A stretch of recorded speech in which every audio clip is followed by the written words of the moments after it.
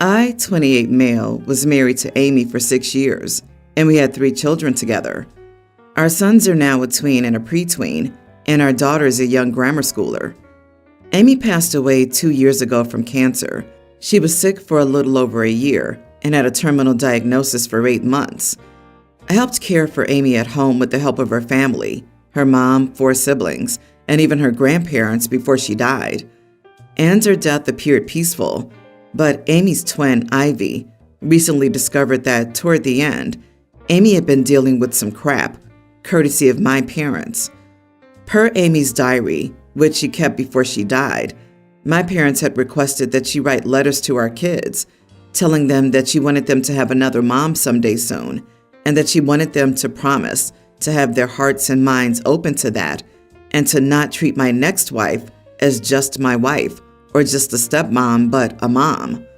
They also wanted her to tell the kids to ask me for a new mom within a few months of her death. She was supposed to tell them it was her dying wish, and all sorts of crap.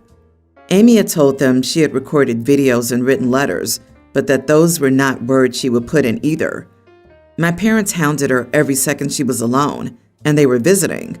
They made her so distressed in the end. According to her diary, my parents told Amy she was a terrible mother and a selfish person for not urging us to move on and find another wife and mom once she was no longer here. I read those pages myself and I was furious. Even more so because my parents have been urging me to date and explore the prospect of remarrying. And even when I said I had no interest in that, they told me it's what Amy would have wanted for me. They even brought up in the last few months that my kids would grow up without a mom, and argued and told them they always would because she died while they were so young. I texted my parents that I knew what they had done and to stay away from me and the kids.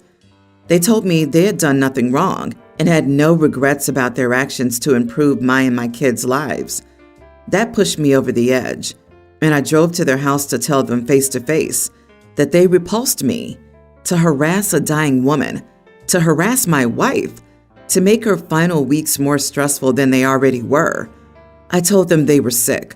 I didn't realize when I started that they had friends over. Their friends came out to find out what was happening, so I told them what my parents had done. Then I left. My parents tried to defend their actions via text, saying I should be so hurt and angry at Amy and not them. When I ignored them, they told me I had no right to humiliate them in front of their friends. My siblings also told me that I shouldn't have said anything to my parents. They said I should understand they were putting me first. I asked them if they thought our parents would have harassed me the same way if I had been in Amy's place, and they couldn't deny that my parents wouldn't have. Am I the idiot? Absolutely not the idiot.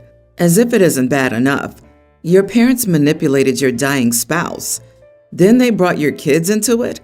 You may never feel a need to repartner, and that's perfectly okay. You need to do what's right for you and your kids. It makes me wonder if they have someone in mind they'll try and force onto you. If it was me, I'd take the kids and walk away permanently. What they did is unforgivable in my mind. Dude, your parents are insane. OMG, I don't think there's any coming back from this. They tried to manipulate children and made Amy's final months miserable. I hope you and your children can get past this, and I'd consider never speaking to your emotionally abusive parents and your siblings who support them again. Please keep your children away from your parents. This is no telling what deluded things they'll say to them again. Maybe telling them also to be mad at their mother, or worse. What the heck? Is it your late wife's fault for dying? Good God. No contact with parents and the siblings is the way to go. How horrible that must have been for Amy. For no matter what your parents' intentions were, it sounds to me like they were calling her replaceable. You did well defending her memory, and if your parents genuinely believed they did nothing wrong, they would have no reason to be humiliated if their friends found out. My daughter, middle child, just graduated college and has started working. She's the first in the family to do this, and I decided we needed to celebrate. She's always wanted to go on a cruise, so that's what we're doing in the summer. My youngest also has a birthday around that time, and he asked to go for his birthday present.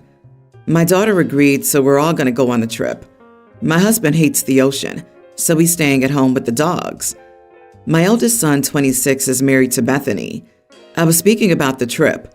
This is when they both got upset that they weren't invited.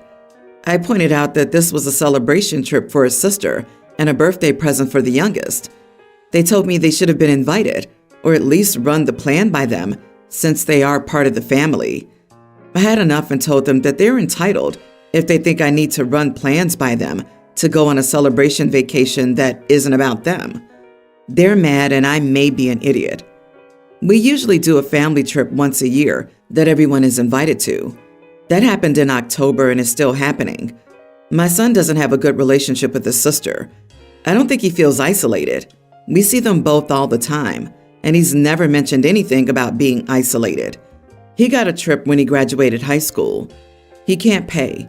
They're having a tough time scraping by, and I knew the answer would be a no.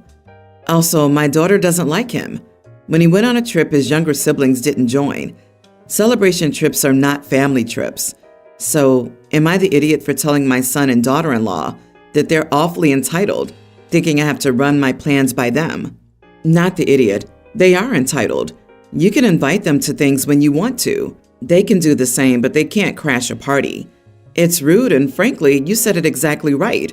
You don't need to run something by them that isn't about them. The tone was set when you said your middle daughter agreed to your youngest attending. That means the daughter was asked. If you want, tell the eldest that he'd have to ask his sister for permission and that they're more than welcome to book tickets. I agree, except for asking the daughter about the brother going. This is not a family trip. It's a celebration trip for the daughter, and the youngest was allowed to go for their birthday. It's apparent that the daughter doesn't want the older brother to go, since they don't like each other. They weren't asked when the son had his celebration trip. Asking puts the daughter in an uncomfortable position, especially since it's an obvious no. I agree, but OP shouldn't put the daughter in the middle. Making her oldest ask the daughter puts her in an uncomfortable position. Your son is a married adult, and I'm sure does things that don't include his mommy, daddy, and siblings. You're celebrating a huge milestone, not about him, and a birthday, again, not his. Sounds like they're just looking for a free vacation on mom's dime. They sound especially entitled by asking to join a trip with someone they don't get along with. Again, looking for a free vacation. Time for him to grow up. He can wait till October for the family vacation. I have been with my partner for nearly 3 years, and we've lived together for 2 years. I have no family or friends in the town I currently live in, whereas my partner has her parents and many friends here. We moved into a new apartment 4.5 months ago and signed a 1-year lease because we love the apartment. The landlord prefers long-term tenants, so we wouldn't do a 6-month lease. The lease is in both of our names, and the landlord has our bank details. For rent, we both send half each. I noticed that we seem more like friends than a couple, so I tried sitting down with my partner to discuss my concerns, but she just brushed them off and said we were fine. I tried talking to her again a couple of weeks later, but she dismissed my concerns again. After trying to talk to her for the 3rd time and getting dismissed, I told her I didn't think we were working. She asked what brought this on, and I told her I've been trying to talk to her about my concerns, and she refused to listen. She just repeated that that was because everything was fine. I just told her that it wasn't, and that's what I've been trying to talk to her about. I mentioned that since we were both still on the lease for 8 months, and neither of us could afford to break the lease, the charge for this is 4 months' rent. I said I'd stay on the couch. She said no, and that she would move out and move back in with her parents. I said that that was fair enough, and she said I would pay all the rent. I told her that she's still on the lease, so the landlord's still going to expect her to send her half each month, and that just because she moves out, it doesn't mean she's not liable. She said she would not be paying. I told her I would advertise for a roommate, but until then, I would expect her half to be paid. She said that she shouldn't have to pay for an apartment she isn't living in, and I just mentioned that moving out doesn't take her off the lease. She just said that I was being cruel and unreasonable by forcing her to pay the rent. Am I the idiot for still expecting the rent to be paid? I'm going with you are the idiot. Yes, She's a party to a binding agreement, but that was based on your relationship and decision to live together. While you have legal grounds, you're still the idiot in this situation, as her only option is to continue living with you despite not being in a relationship. You decided the relationship wasn't working. Will she start paying rent again if he also moves out a month later? They rented under the assumption that they would pay the rent together. Why should she be able to back out of a binding agreement and leave him with the rent he possibly can't afford and an apartment of a size he doesn't need? OP, you are not the idiot. She's the one who decides to bail on the relationship, and now she thinks she's off the hook for rent just because she's moving out? What planet is she living on? You're absolutely in the right to expect her to fulfill her commitment to the lease until you find a roommate. She's being unreasonable and trying to shirk her responsibilities. I'm a nearly adult female. My parents and I went to dinner at my aunt's house. I didn't want to go because my 35-year-old cousin Jared likes to make fun of my appearance. I'm tall and skinny, but Dad convinced me to go. Jared was already at the dinner table and introducing his girlfriend, Melody, to everyone. Surprisingly, he didn't make fun of me like he usually did when we first saw each other. Now, I was told by Jared's sister that Jared shaved off all his hair 2 years ago because he was getting bald patches and was embarrassed about them. So anyway, during dinner, Jared finally turned his attention to me. At the time, everyone was quiet and asked me loudly, "Hey, OP, do you think you'll ever put on some weight? You're starting to look anorexic." I just snapped and said, "I don't know. Do you think you'll ever grow hair where your bald patches are?" He got angry and started cussing at me, and I asked him if he had a spare brush for me so I could brush his hair. He was told to leave, so he and Melody left. Melody broke up with him that night. Now I'm getting the blame. Am I the idiot? Not the idiot. This is amazing. LOL. No 35-year-old should be saying mean stuff to a teen. Props to you for standing up for yourself with some fantastic comebacks. I can pretty much guarantee you the reason the girlfriend broke up with him is not because of his baldness. It's because he's a fully grown adult bullying a kid. Lack of kindness is one of the most unattractive qualities possible, especially towards someone much younger than you. Your cousin is an idiot and got what he deserved. I bet that if it was good-natured and he laughed and complimented you on your comeback, then they'd still be together. Instead, his girlfriend saw a small-minded man who bullies his younger cousin without being able to take replies without getting angry. Darling, it's not your fault he can dish it out, but can't take it. I dated a girl for a while and she was great, and it was going well. During a visit to her family's place, she had this awful connection with her parents, just naggy and shouting between them for no reason. I realized that's how she probably talked to me once we got further along and more comfortable. I dumped her shortly afterward. Thanks to you, Melody could see how he reacts when he's not on his best behavior. That's the reason why she dumped him. Well done, and congratulations to Melody. I, a teen female, own several horses and train horses that have never been handled to be ridden and have been riding for 10 years now. My pony is Prince, a 5-year-old Connemara. Prince is not a rescue. We bought him last year. He's young and scared of bicycles. He snorts and prances, but as long as they aren't too loud or close enough to touch, he doesn't buck or kick. I always talk to the bikes if they're coming too close. I normally do this by saying, "Excuse me, can you slow down? He's scared of bikes," but I often don't need to. I rode him down one of my favorite trails, about 2 meters wide. I meet a bike on here about once every time I go down there. He has never misbehaved, and I think it helps desensitize him. However, that day, a rainy Sunday, when it would normally be deserted, there were around 30 teens on bikes with headphones in, so they couldn't hear me. When I realized there were more than usual, I could not turn around because he gets far more upset when they come from behind. I pulled him off the path and walked him along the thin grass verge to try to get him as far from them as possible. I considered dismounting, but he tends to get more agitated and less easily controlled on the ground. By the time most of them had passed, I had to pull him back onto the path because there were dense trees on either side.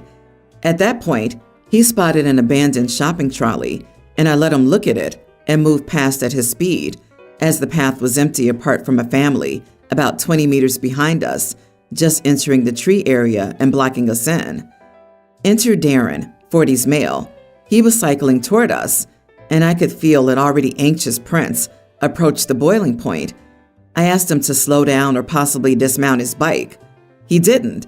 If anything, he sped up and said, "Why?" I said quite loudly, because he was getting close, "He's really scared of bikes." And Darren said, "How's that my problem?" in a really passive-aggressive voice. I completely lost it. I yelled, "It becomes your problem when he kicks you and puts you in the hospital and breaks your bike, and you have to pay because you broke the highway code." The dad from the family behind me starts saying, "Just stop, man." Prince is starting to rear, and I'm concerned for his safety and mine because the path is concrete. So I push him as far into the trees as he'll go, while Darren cycles merrily on his way while swearing at me. He also nearly cycled into the family's stroller behind on purpose, so the mom had to jump out of the way. It took me ages to calm Prince down, and it has majorly set us back in training. My dad says that I shouldn't have yelled at him. Am I the idiot for yelling at a guy on a bike who ignored my warnings? Edit.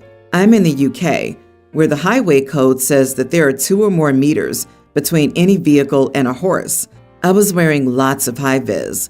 I couldn't exit the trail because Prince wasn't listening and the family was blocking us.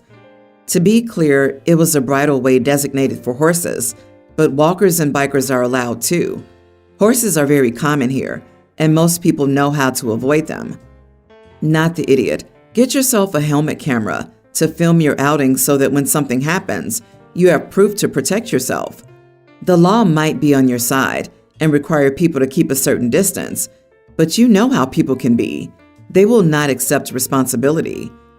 Honestly, the fact that he caused not just issues for you, but for a mother as well, tells me he's a problem. I'd be tempted to share the footage. Darren deserves a social consequence. If he's being such a menace on the trail, then others should be warned.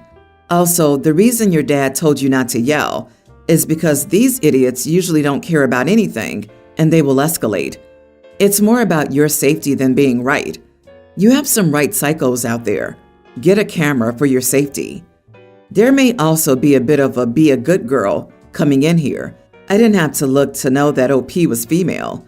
You have the right to protect yourself and your property on a horse or a night out. Yes, be careful of escalating, but with other people around, never be afraid of standing up for yourself.